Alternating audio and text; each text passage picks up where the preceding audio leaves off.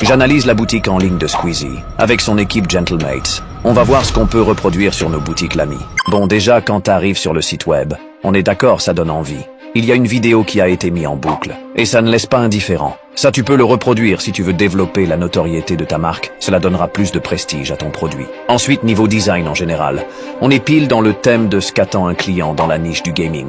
Avec des touches de clavier, des espèces de carreaux représentant des pixels, des couleurs vives.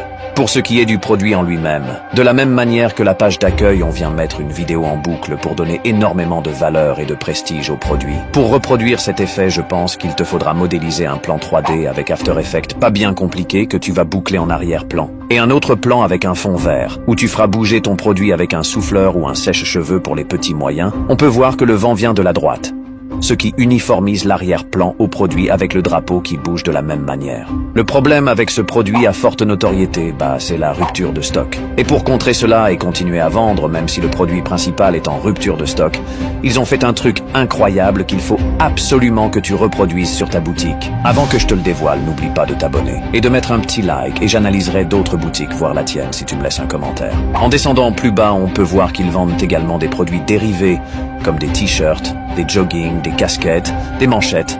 Encore une fois, ils ont bien compris leur clientèle en y adressant des produits qui font sens pour le gaming. Pour ce qui est des pages produits, ça reste simple et dans le thème, et on n'en demande pas plus pour du textile, avec une image de face et de dos du produit, une courte description. Dans ce cas de figure, c'est le club e-sport de Gotaga et de Squeezie. Donc, pas besoin d'artifice pour vendre. Dans votre cas, je conseillerais peut-être de montrer le produit en action un peu à la manière de Louis Vuitton pour donner plus de valeur, avec une vidéo par exemple. Il y a deux problèmes sur leur page produit selon moi.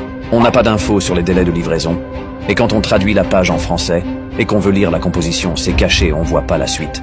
Obligé d'aller dans le code source de la page pour voir les détails, qui sont importants puisqu'il y a un conseil de lavage, bref.